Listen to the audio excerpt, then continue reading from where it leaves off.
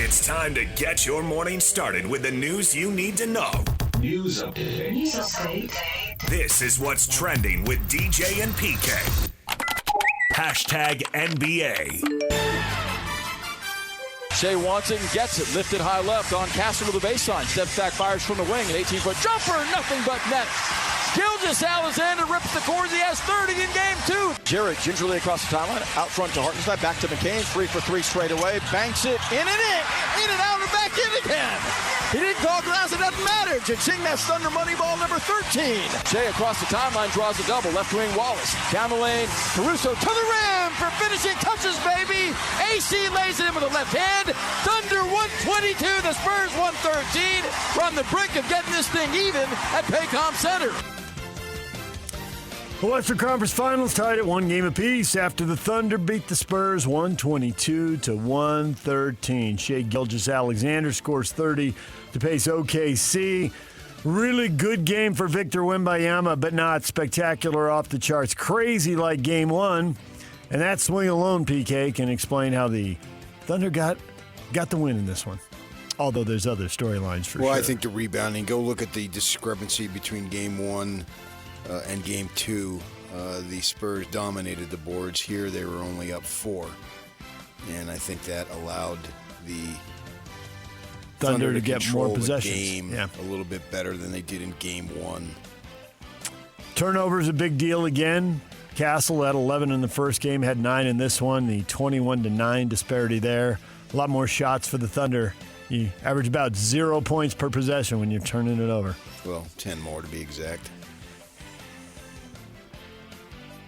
Three-point shooting was pretty even in this one. It is turning into a little bit of a battle of attrition here. 4 guys leaving the game or not playing at all in the case of Fox, and injured and hasn't played in either of the first 2 games. Bismarck Biyombo, he didn't play. Yeah, that's true. Bismarck. Not Bismarck. Bismack, actually. Bismack. No R. Well, not for me. Okay. I don't know what to tell you. You can correct me all you want, but I ain't going to change my mind. I'm going to call him Bismarck. We saw multiple guys leaving the game. Harper left the game. Jalen Williams left the game, only played 7 minutes. Mitchell late seemed to injure his groin, so he ended up playing 20 minutes in this game. We'll see if he's available for game 3. Tonight, though, it's game 2 in the East. Cleveland and New York, 6 o'clock on ESPN. Can the Knicks do it again? NBL rookie teams announced. Ace Bailey on the second team, all-rookie. Cooper Flagg, Con Knipple, VJ Edgecombe, Dylan Harper, Cedric Coward, the first teamers. Good enough with Ace Bailey? Getting the second team? If I'm him, man, that's just motivate me. Every single weight I lift, every shot I take, every time I walk in the gym, he better be there because it's 7:05. Ain't no sleeping in. If you want to be a superstar, Kobe Bryant would already on his second workout.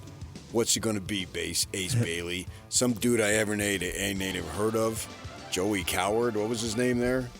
And he's making it? Cedric Coward, but okay. Yeah, well, I mean, come on, man. They call him Joey. That ought to provide motivation for you. Get in that gym. Get in that weight room. The Trailblazers' new owner, Tom Dundon, cost-cutting measures, speeding forward. He's let 70 team employees go across multiple departments. Were they fat and happy? Team or is he PR going to be director, team reporter. I found that funny because he's taken all sorts of heat. Yep. But the Jazz owner did the same thing. It just didn't make as much noise. Yeah, six executives, including one who had been over us. And the Jazz owner doesn't go on a podcast and say, I didn't understand the business. Yeah, Tom probably didn't help himself in the OPR department there. DJ and PK. Hashtag NFL. Yeah, I love Mike T. I mean, I really appreciate the opportunity to come in last year and love my experience with him. And, I thought when he said he was stepping away, that was an emotional moment just because we all love him so much and care about him. And, I thought that that was probably it for me in Pittsburgh. But when the decision was made to hire Mike, I started opening my mind back up to coming back. Could be your last year. Do you even think of that right now? Yes. That's your last year. This is it. Yeah. Aaron Rodgers, one more year. His old Packer coach, Mike McCarthy, is in Pittsburgh, so he'll do one more. And depending on bonuses, pull down $25 million or so. Cleveland Browns coach Todd Monken praising second-year quarterback Shedeur Sanders' progress as Sanders competes to be the team starter.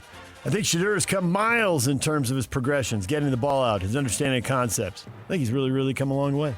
2 reallys. I mean, better off his victim here, but I got a story that says right here. Read that. The headline. Embarrassing. Todd Monken calls out Shedeur Sanders and others after disappointing Browns OTA session. Which one is it? Which one is it? Where are we going with this? We threw interception on 7 and 7, for God's sake. I mean, who does that? There's no pass rush. I mean, it's embarrassing. Regardless of what anybody says, as loaded as the next QB draft is supposed to be, they have a good year of quarterback production. They don't have to draft somebody. They have a mediocre or bad year. They draft somebody. You just solved their problems. Nice. There it is. They can tell us whatever they want, but there's going to be a lot of quarterbacks available next year. There are? You've been studying the quarterback draft? Raiders coach Clint Kubiak says the top overall pick, Fernando Mendoza, has impressed him and the rest of the team with his performance so far. He's working his tail off. Very important to him that he asks a lot of great questions when he gets on the field. He's no BS, he's all ball. Oh, that. I'm putting that on my tombstone. No BS, all ball? He was all BS, no ball. You're going to flip it. The epitaph grows longer. Yeah. You just wait. Take Fernando Mendoza and reverse it. It's coming sooner than you think. Well, it's got to be past tense, because I'd be dead. And I'm telling you, man, I'm gifting the Raiders 45 years later their marketing campaign, Fernando Mania Part 2. Just saw stats on Fernando, comparing Shohei's numbers to Fernando Mania numbers. Well, he hasn't played a game yet. He didn't have any numbers. Cincinnati Bengals quarterback Joe Burrow feeling bullish about the makeup of the team's roster. Proclaimed the 2026 Bengals the most talented roster we've had since I've been here. We got guys that work really hard to put themselves in position to perform well, perform to our standard, and we haven't necessarily done that for a couple of years. So we brought some guys in who've been there and done that and have their own standard of play and are going to live up to that. Oh, I'm going to put that on my tombstone. No, been no. there, done that. Been there, done that. All Yeah. BS, no ball. That's sort of a takeoff of what your tombstone will read, but I won't get I into can't it. wait to hear this. What do you got? Well, I can't really say it on the air. I would just plural one of those words. Oh. Why you got to be like that? Because it's a work day. On Saturday, you're not like this? Oh, no. Much nicer. Saturday's totally different.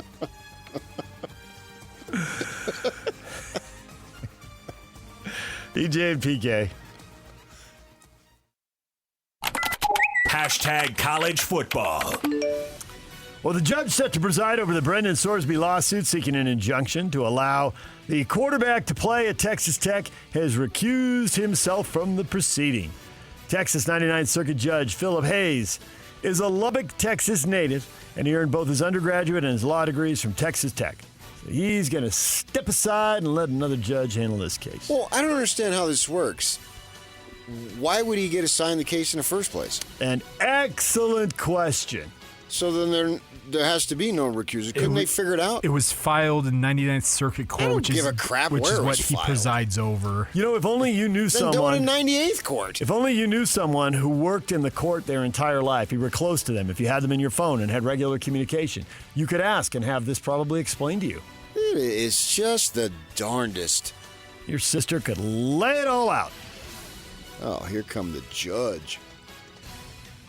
LSU's hired former Tiger head coach Ed Orgeron to serve as special assistant to recruiting and defense on Lane Kiffin's staff.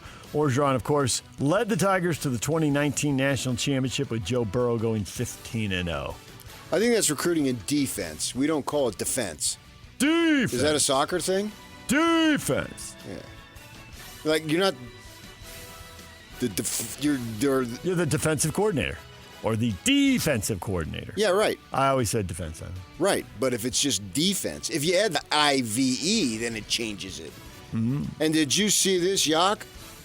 Moa Havili, one of the breakout stars of the all-season, is committed to BYU. Yes, sir. And this is, who's Greg Biggins? Works for On3.com. On3.com. Quote. Moa Havili. He has MAA apostrophe MIMOA. He goes by Moa. Well, but in the full name, I want to give our listeners the Moa. full thing here. He quotes him. BYU is the dream school for me and the Lord's school. It's family over there. You think BYU is the Lord's school, DJ? Of course. You should have been a DB. You backpedal better than anybody I know. I thought that would crack you up. I thought, of course, would do it. Have those hands ever gotten dirty in the business? Yes, they have. They have? Go ahead. The floor's yours. Yeah. No, I don't mean when you're ragging on other coworkers and they're ragging on you. I'm talking about in the business. Yeah. Okay, go ahead. The floor's yours. What do you want? Explain it. BYU was pretty mad over what some BYU fans later called Sockgate. Well, you got dirty? I believe Scott Gerard and I did. I believe you were right there, and you know exactly what I'm talking about. I don't. I thought it was all did. Scotty who took the blame. Nope. It was you? Believe the Jazz once put out a comment, no comment, trying to make something I reported look bad. And in the fall, Steve Loom wrote that Kevin O'Connor was in the Carolinas. 6 months of Boulder Jack getting asked at public appearances about that. That was fun. That's what's awesome about it. He can remember literal examples. You wanted examples? The floor was mine. There's examples. And you survived. See? Say, wait a second, the Lord's School? What is that? Oregon has filed a lawsuit against former defensive back Dakota Fields, seeking $10,000 as part of a previous agreement that released him from his contract with the school. He was expected to pay the university $39,882, and if Fields paid the amount discussed on or before April 20, the school would waive the remaining $10,000. He missed the deadline and has refused to pay the $10,000, so there's a lawsuit. More of this: schools suing players. A lot of money changing hands. There'll be more of this. I don't know what Oregon's going to do without $10,000. Right? Setting a standard, holding the line on all the other players. Hold the line! DJ and PK. Hashtag Major League Baseball. Palacios runs. It's outside. Throw down to second base. Safe. Throw home. Valade steals home. And the Rays have a 5-3 lead. First pitch from Vasquez. Ohtani swings and sends it high in the air to deep right center. Merrill back at the wall. It is gone! Shohei Ohtani mauls the first pitch from Randy Vasquez. A leadoff home run. 1-0 Dodgers in a hurry. Shohei Ohtani. They had to put him back in the lineup, huh, PK? They had to do it right then in San Diego. He hasn't been hitting and pitching on the same day. They decide to give it a shot again, and he takes the first pitch deep, and then he throws 5 shutout innings, gets himself out of a bases-loaded jam, calls it a day, and the Dodgers win 4-0. They take 2 out of 3 from the Padres. Nothing left for me to say. You covered it. Could have left him in the dugout. Didn't have to let him hit. Come on. What are you doing? You heard the Rays win again, 21-4 in their last 25. They are flying, a 5-3 win for the Rays as they beat the Orioles. And the Milwaukee Bucks also on fire, 11-2 in their last 13. They sweep the Cubbies, who've now lost 5 straight. Cubbies had a great hot streak of their own, but You got some Milwaukee Brewers. The Milwaukee Brewers, yes. I don't know what I just said. The Milwaukee Brewers sweep the Cubbies, and the Brewers have won 11 of 13. And the Cubbies, who are flying high, well, as you like to say, it's 162 games. You are who you are, and a lot of these streaks can't be sustained. And the Cubs coming back to earth. Milwaukee with the 19th highest payroll. Tampa Bay with the 28th out of 30. Tampa Bay, 28 out of 30, competing against some of the biggest payrolls in baseball over there in the AL East. Are there competing against all of them? Are there big payrolls in the Central? The Brewers are at 19. I always view the Central as not having as big a payrolls. Maybe the Cubs do. I don't know. I haven't looked. The Cubs are 8th. Yeah. The Pirates. Detroit's 10th. Yeah. The Pirates and the Cardinals, the Brewers, I usually think that they're usually pretty modest with the old Pirates payrolls. are 22nd. That whole division has a winning record. Cincinnati is 20. Yeah. Colorado getting its money's worth. They're 21st. St. Louis, 24th. So the Cubbies with easily the biggest payroll, and the Brewers actually with the second biggest payroll in the division. Brewers leading the Cardinals and the Cubs by a game and a half, and everybody in that division still has a winning record, almost 50 games in. Bees blown out by Tacoma 13-1. Game 3 in the series is tonight. First pitch set for 6:35. Tony Park's on the air on 1280 The Zone, calling the games. DJ and PK. Hashtag golf. PGA Tour taking part in the old CJ Cup. Byron Nelson at the TPC Craig Ranch in McKinney, Texas. Tony Finau, Zach Blair, and Patrick Fishburne with the local ties in the field this week. BYU finished 4th in the Athens Regional. They have qualified for the NCAA Golf Championships in Carlsbad. Cougars moving on out of the regional. They advance. Utes did not. BYU Baseball did not advance. They got beat in their conference tournament. But the BYU golf team on to the national championships. DJ and PK. Hashtag NHL. McNabb gets the puck. He is undercut and goes down. Avalanche get it as a result. Feeds to the middle. Saves the shot pad save. Eichel the rebound. He lofts it toward the goal. Wide. Race for the puck. Down ahead of the pack. No icing. He scores. Nick Dowd turns on the afterburners. Empty net goal. And the Knights lead by 2 with 45 seconds to play. Vegas beats Colorado 4-2 in Game 1 of the Western Conference Finals.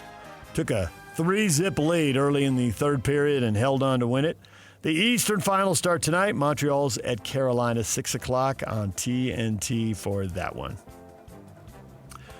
Montreal just knocked out Buffalo. The Sabres gave head coach Lindy Ruff a 2-year extension after their first playoff appearance in 14 years.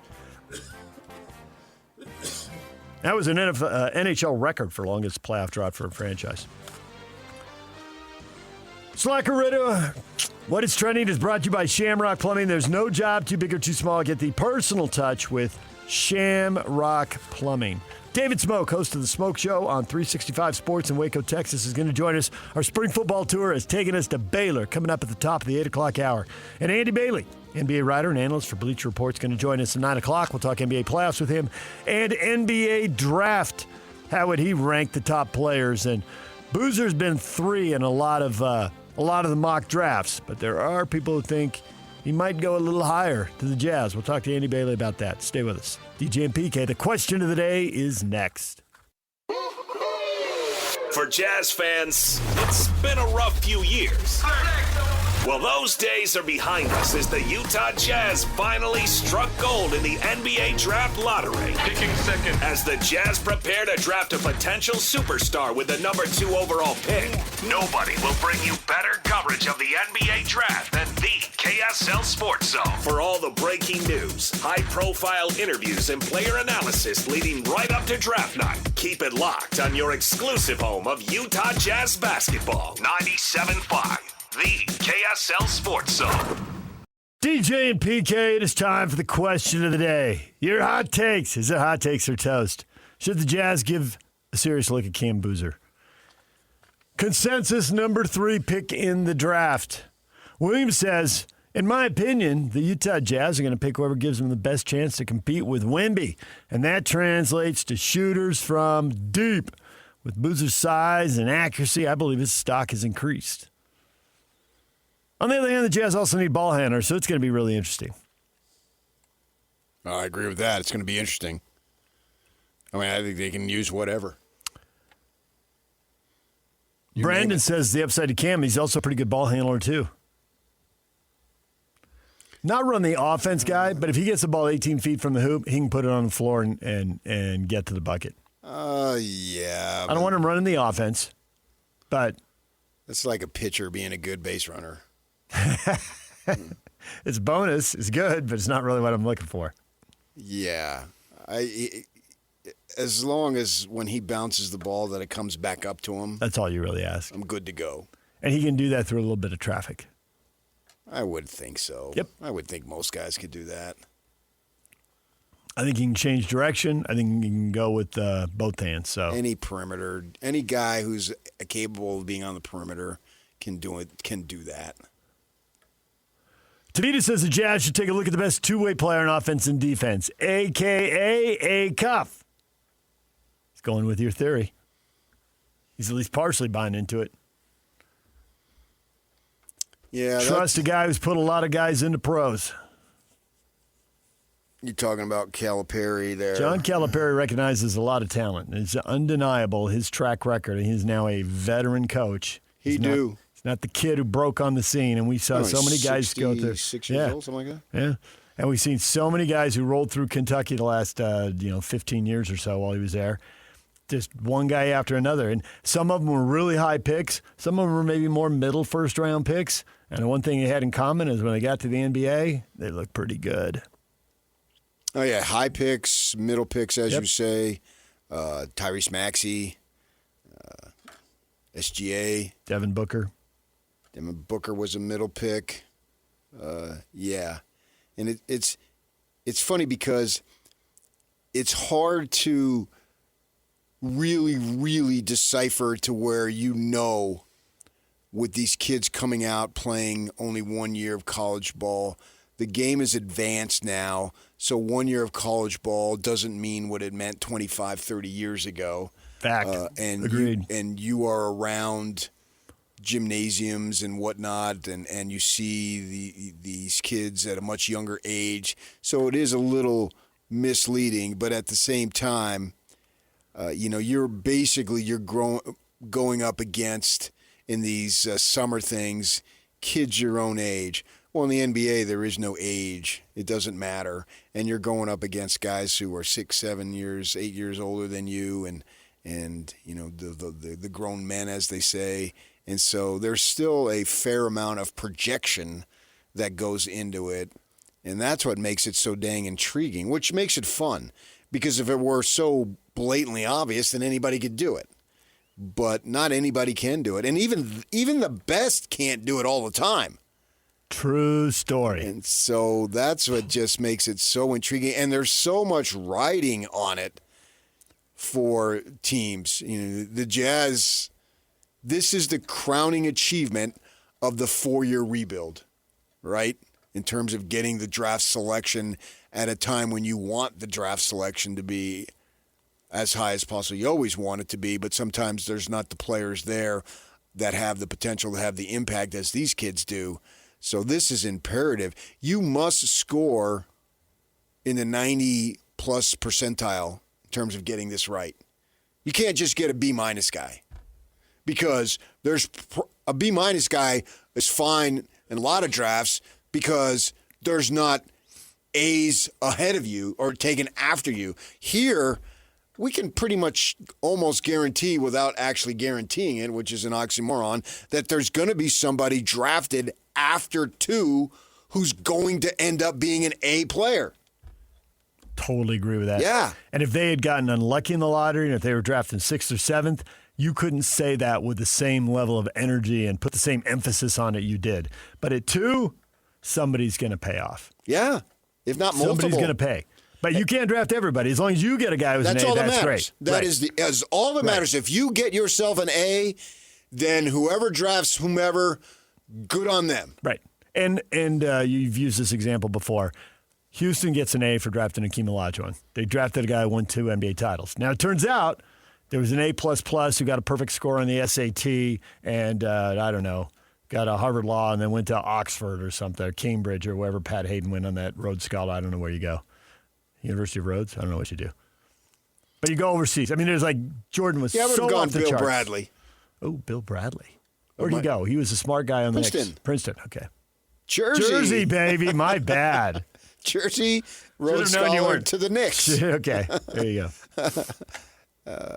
But you know what they can do here? This this is something that is a little bit of an add-on. And the reason why the Boozer thing is that all the more intriguing is because, as you say, he's pegged at number 3, right? And Memphis has the 3rd pick. And Memphis, what they need is A to Z and everything in between. Yep. Right? So they're just going to draft the best player that they think is available.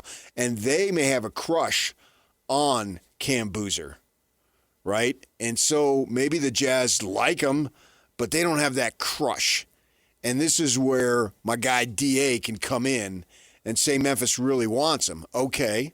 And we're all hung up on the Jazz moving up to get to Bonsa, and what are they going to give up to Washington? Well, let's step back a little bit, and they can be in a driver's seat. They're in a driver's seat with every other team outside of Washington. And Memphis feels like, man, we need a low post guy. When we were at our best, we had Zach Randolph going over his shoulder and putting the ball in the hoop. And so we want that power guy, and we love Boozer. Okay, what are you willing to give up for him? Because maybe they like Acuff. Maybe fill in the blank. Let's just use him as an example, right?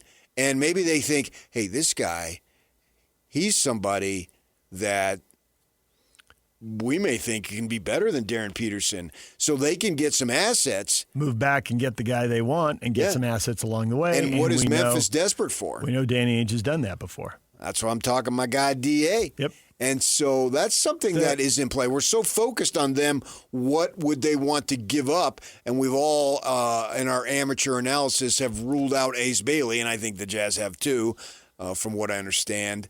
And, okay, so maybe that's just not going to happen. But maybe they're over there thinking, hey, we still are dealing from a position of strength here, so we can get, let's use Acuff since the poster brought it up. We can get him. And he's just as good as, or he'll be even better in 2 or 3 or 4 years. We believe the guy who's going to be an A is. Yeah. Right. And so then we can, and you want Boozer? Fine. Right. And we'll give you him, but you give us something back. Now, they've already made a deal with them, so they have some relationships.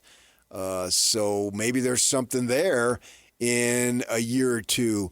Or do you feel like and we're all fans here, and all these fans, we're just throwing stuff out. That's the essence of sports radio, is to discuss these things and have fun with it. And maybe you, Joe Jazz fan or Gina Jazz fan, is thinking, no, I don't want more draft picks because that pushes out. We got to wait. I'm tired of waiting. They're going to go all in. We get it. But, you got Bill Armstrong over here with the Mammoth saying our best team isn't here yet. But they got these guys and they're coming. Well, maybe they've already gone through the long rebuild. We didn't have to go through it. We only went through a year of them being in town, not being in the playoff. But the Jazz people, the Jazz fans are saying, no, I don't want more draft capital. Give me players who can help win now. And realizing, okay, we're not going to win the title in 26, 27. But how about 27, 28 and 28, 29? And I don't want to wait because if I get a draft pick for 2-3 years down the road, then I got to wait 2 or 3 more years before that kid is developed. And by that time, I'm in 2032. No. That might be somebody have that opinion too. Can they talk to the Bulls? Yeah. If they want to go to 4, maybe they want Caleb or Acuff. And the Bulls are like, hey, we want our guy and we got to jump Memphis because Memphis is going to take our guy. Yes. When I heard those original stories, I read one about and the supposition was that, the Jazz aren't going to call Washington because then they'll have to leverage Washington, know how desperate they are. But Washington won't call the Jazz because then the Jazz will know they've got a little leverage on Washington. So there'll be a stare-off before they talk about trading the top pick. That was one writer's thing. And then a story came out pretty quickly, and it seemed like the Jazz called everybody. Right. And so you just right out of the gate, you're just like, hey, I do our due diligence. This isn't a sign of desperation. Like, we'll call in Washington, we'll call in Chicago, we'll call in Memphis, and let's see what it is as far as trading up or down and get the we're just doing our homework. There's no. I don't think there's a psychological game to be played there, because fill in the blank team. It so happens to be the Jazz, and AJ has an unusual connection. This is a once-in-a-lifetime deal. We're never going to have this again. There's never going to be a player from Utah unless AJ in 40 years from now has a kid. All these things have to line up. A kid who leaves where they're from to play a year of high school ball in Utah and then goes to a local school and holds on to the number one the whole time, and the Jazz are drafting right at the top. All these things happen. Even if it happened, and the ownership the Jazz, and GM and our alumni, CEO. Are all alumni, because it would have to be BYU right. The Angels, assuming Ryan Smith's and got Hatback on are this all team BYU for a few guys. decades. I mean, he's young enough here. Where did Jay-Z go? We ought to find out, see if there's any connection Honestly, shouldn't every team be playing that? Hey, I'm not. I'm just at my alma mater. Hey. But I don't think they lose leverage by calling Washington because Washington wants to do what it's best for itself, obviously. And so the Jazz may present an offer that ends up being what the Washington management thinks. Yeah, this is in our best interest to do this. So Justin Zanuck is a proud graduate of Northwestern. Okay, well, I don't know any Northwestern guys in the NBA. It's all going to change in the NIL era. They're going to have some billionaire Northwestern grad who conquered Chicago and is awash in cash. We'll start. We've had basketball. NIL for years. How good has Northwestern been? Well, it hasn't worked yet. That guy doesn't. He only has millions. He needs billions. Okay, he'll get there. Yeah, Northwestern, when they played here in the Delta Center, and the young kid was crying. Yeah. Because they hadn't made and the they had tournament forever. Julia Louis-Dreyfus' son on the team. It wasn't, and Doug Collins' son was something like that. Yeah. By the way, did you know that Justin Zanuck was initially a major in music opera before switching to economics? I did. Yes, I did. You did not. Stop it. Don't doubt me. Oh. Right now, Justin Zanuck is sorry that he ever studied music and put it in his Wikipedia. I hope people are watching that on YouTube. Like, the performance was awesome. Well, I've been to the opera, people. Fell asleep, but you were there. No. We need to ask Jay-Z about this. How's your opera background?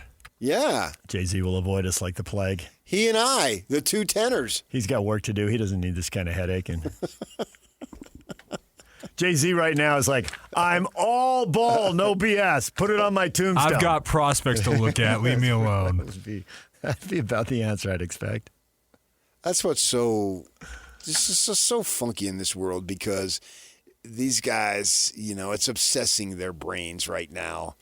And then they've got to make sure that they get it right. Yeah. And they'll celebrate. They'll think they got it right. But the great thing about it, and one of the things that I'm really looking forward to, is when they make their public comments, they can't say, well, we had this guy much higher on our list. That they like to say. We're very fortunate he fell to us. No, you can't do that this time. He fell all of one spot. If AJ goes 1 and Darren goes 2, we didn't have that clown at number 1. You always hear that. I wanted to hear the other way. This guy much lower. We figured, what the heck? Whatever. It would take a fly. We didn't really think any of them are any good, so we picked the 27th guy on our list with the 12th pick. Yeah. Right. So, and then if it doesn't work, well, we don't feel as bad because we didn't have that. Our expectations are very high for him. You never would hear that. It's always, well, he had a much higher. Yeah. They can't say that this time. But they also have plenty of position of strength. How so? Because they can make a move. There's only one player. The draft be ballyhooed as a great draft since whenever. I'm not a draft freak. Oh, I see what you're saying. Only one of those guys will be gone. Right. And you're sitting here like, 3 of these guys are awesome. The 4th is very good, but really 8 deep, you could still find an all-star, and you'll certainly find a starter. Yeah, there are going to be plenty of good players on the board when they pick. Yeah. As opposed to sitting there crossing your fingers hoping one guy falls to you because you think the rest of the guys can't really play. And I also think, that's absolutely, I agree with that 100%. But you look at the teams that are at the top, right? What's the draft order? Do you know it by heart? Or do you need to look it up? If you do, look it up. Number 1, Washington. Okay, Number 2, Utah, Memphis, Chicago, and then I don't. Clippers. The Clippers were 5 because Indiana fell, and the Clippers got their pick. So you can argue maybe the Clippers, but the other teams are they've been rebuilding, and they look like they're still in rebuild mode. The Jazz, they have the rare opportunity to not be in rebuild mode. Yeah, I would say the teams that are pretty strong here in the top 10 are the Jazz, the Clippers, Brooklyn, Sacramento, maybe Atlanta at 8 if they hit. Are they pretty close? Or Dallas at 9 because they have Flag? No, I think Dallas is in full rebuild mode. Yeah, okay. And I would be surprised if Kyrie Irving is still on the team. What do you need a 30-something Kyrie Irving for when your focal point is literally 20 years old? Milwaukee, depending on whether they trade for the future or trade for a veteran? Either way. They're at 10. I think either way. The Warriors are 11, kind of, we've talked about that, just kind of hanging on to the end. Yeah, right. Oklahoma City at 12. All right, OKC isn't. So you're pretty far down at that point. Right. And you probably wouldn't deal with them. The Jazz are the team. They're ready to win. Yeah, they're the team most likely to take a big jump. They're going to get a good pick, a great pick, and are ready to win. So they can deal a little bit more. They're not as desperate. Everybody wants to win. Nobody wants to go through a 4-year rebuild. Yeah. And so the other teams, they may feel a greater need to deal. And they may not think about the whatever pick down the line. So the Jazz have a lot of options, and it's not simply trading up to get DeBonsa. I mean, if they do, great. If they don't, I'm not going to sweat it. Although I'm certainly going to watch whatever DeBonsa. DeBonsa is going to be our new Michigan. I was going to say he's our new Kyle Whittingham. Yeah. Yeah. We're going to watch this kid wherever he goes. We're going to look at every single box score. He's probably going to be on the television a fair amount. We're going to watch him. There will be more Washington Wizards basketball watched in this state if he goes there. We're all going to watch him. Every single one of us to see what he does. And the one thing I want to say well ahead of time, no matter who it is, let's not go crazy on a 19, 20-year-old in his first year. Let's not make, he's a bust or he's going to be a superstar. Let's give it at least 2 years. Can we at least do that? Because we all want to rush to judgment. All right, fine. But we'll make opinions. But if it doesn't work as well as we anticipate, no matter who it is, all of these guys, let's just slow the flow a little bit and give him some time. And really, I can say that most especially about the Jazz because he doesn't figure, whoever it might be, to get a lot of FGAs right off the bat. Coming up next, we have a post from Kyle, and Eric goes right at him. Eric posts quite a bit with an interesting take. We will get to that next. This is the debate. Do you trust the expert consensus? We'll get to that next. Stay with us. And now, a look at traffic from the KSL Traffic Center. Got a new crash southbound I-15 on the off-ramp for University Parkway in Orem is over on the left shoulder. Be aware of that if you're getting off in that area. Also have a disabled vehicle in the 201 freeway as you're approaching the I-215 merge. That's causing some delay through that area as well. Also be aware if you're trying to get out of Eagle Mountain in Saratoga Springs, 2100 North and Quarry Ride Highway have been a little bogged down this morning. Traffic's rough, but your parking lot doesn't have to be. Keep it smoother than your summer playlist with GoPave Utah. Go to GoPaveUtah.com. That's GoPaveUtah.com. Call them today or once again visit them at GoPaveUtah.com with your KSL traffic update. I'm Jake Hatch right here on 97.5, the KSL Sports Zone.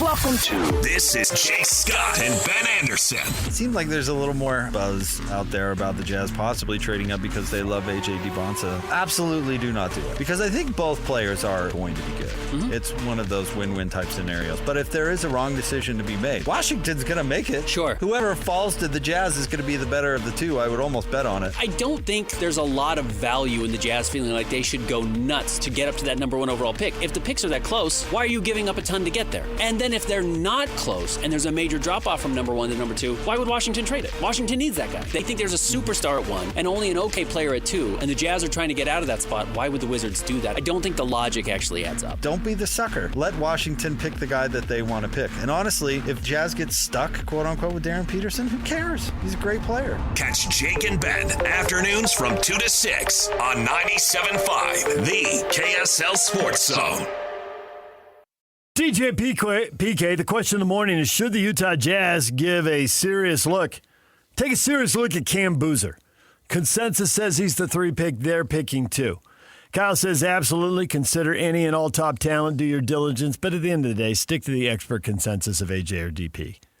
Only if that's your expert consensus. And Eric, expert consensus, question mark? No. In 1984, the experts like Sam Bowie at number 2, Michael Jordan, Charles Barkley, and John Stockton were on the board. In 2004, Darko was the popular number 2 pick, but Carmelo Anthony, Dwayne Wade, and Chris Bosh went 3, 4, 5. In 2011, the experts like Michael Beasley at 2, and then you had Klay Thompson at 10 and Kawhi Leonard at 15. In 2014, Giannis was 14, Gobert was 27th. Do you remember the consensus number 2 pick that year? Expert consensus is only one data point. It is not always right. So Eric is like, hey, easy on the group think there. The number 2 pick that year was Jabari Parker. He was derailed by injury. Yep. Who knows what he would have been. I think that, to me, this reminds me, and I've had many discussions with coaches here in town about this very thing, and it reminds me of recruiting. What did they see? What did Kyle and his guys, and I'm just one example off the top of my head, Devin Lloyd, what did they see in him that others didn't? And they brought him along, and then he ends up being a first-round draft choice. And we can go down the list, right? I mean, but he did not go one to guy. He did not go to a powerhouse school. He didn't go to a Mater Dei or Long Beach Poly or something. He went to a school, and quite frankly, a league that doesn't crank out that many. But they found one guy in that area. Right. And they were right. And so you can go down this list, and I review it as recruiting. And what do you see? And go with what you think, because you're going to have to live with it. The experts aren't going to have to live with it. I mean, there was one guy that they accused of his mock drafts and then changing them after the fact. Yeah.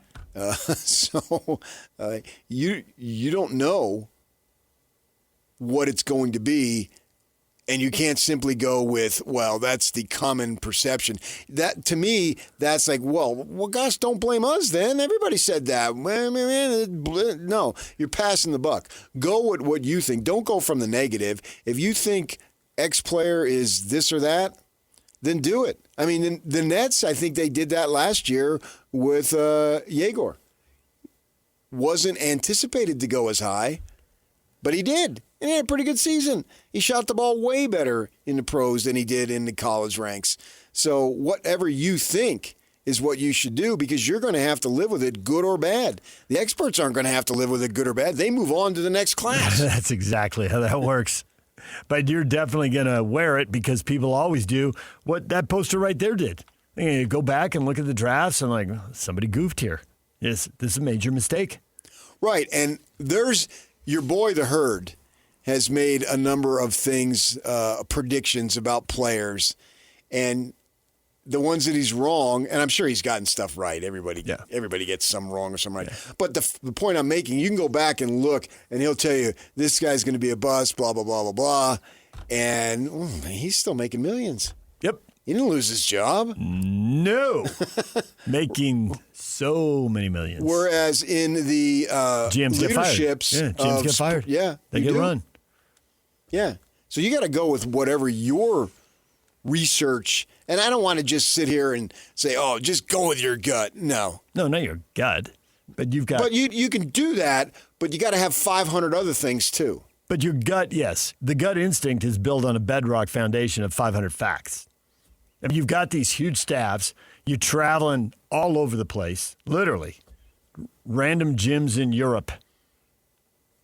If you got to go to Australia, you got to go to Australia. Wherever you got to go. Ultimately, it is your gut based on all this information. Yeah. Because the Jazz are going to have, it's like a buffet of desserts.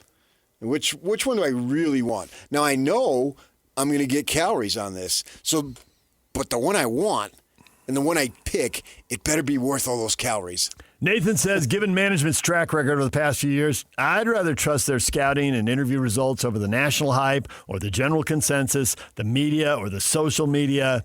He wants a management's track record. That's just not true. What? Given read the first part again. given management's track record over the past few years. The track record is actually excellent. No, that's what he's saying. He says, given the track record of the past few years, I'd rather trust their scouting and interview results. Oh, I thought you were saying. I thought he was saying, given their track record, trust the scouts, don't trust you. Trust the guys on the ground level. But he's saying trust them all internally. I get it now. Okay. Right. I agree with that. Yeah. No, he's saying, hey, where you got Sensabaugh, there's value. Where you got Filipowski, there's value. Whether you got how these guys have been. Where they got Hendricks because they helped flip them and Clayton for Jaren Jackson. Absolutely. Yeah. Yeah. So he's all about that. He's not trusting the national hype and general consensus. And he's probably someone who can go back and think, well, that's where the national hype was wrong. That's where the national hype was wrong. Now, to be fair, a lot of this consensus you see from the media is because they do go to tournaments and see these guys in international play and all that. There's like that Jonathan. I'm going to pronounce his name wrong. Givoni, is that right, Yuck? I believe so. Yeah. Okay, and so I read he's at tournaments, so post photos and all that. And so he has his opinion, but some of what they report is based on what the NBA teams tell him. Mm-hmm. And obviously, the Pistons were wrong with Darko Milicic. So sometimes it's what you see in the media, and the media is wrong. Sometimes it's their own opinion, but sometimes it's the opinion of what they're told. Because you talk to the Pistons people and they tell you Marco, and then they write it. That goes along. 100%. And it's the old idea, he's a 3-star? SC's recruiting him? No, he's a 4-star. Yes, that definitely, yes. And so, definitely comes into play. I got 5 guys over here, and they're talking about player X. I better start talking about player X. I don't want to look stupid. But the Jazz draft picks, and it is early, but right now it largely looks like guys were picked in the right area, or they passed over guys in that area and got the right guy, even if he was projected lower. I'd have to go back and look at all the draft projections for all these guys. Well, but once you get into the 20s, did you get a player who can play? Right. I was talking more Cody and Taylor. Okay, they largely went. It's still undecided. Hendricks, yes, because they traded for him, not individually based on his own play. He missed the whole freaking season, and I don't know what he's going to develop into. And good luck on him. Maybe he will, but it doesn't matter anymore. You use that as a weapon and an asset to get Jaren Jackson. Where it matters is if it gives you confidence in the trust in the whole group project that a draft is. All the scouts, all the cross-checking, all the interviews. Sure, we got that right. You have to go what you think. Yep. You get that information, but they're not the ones ultimately responsible for the pick. You are. And I trust this management team understanding and recognizing that they're going to miss from time to time, but they cannot miss this year.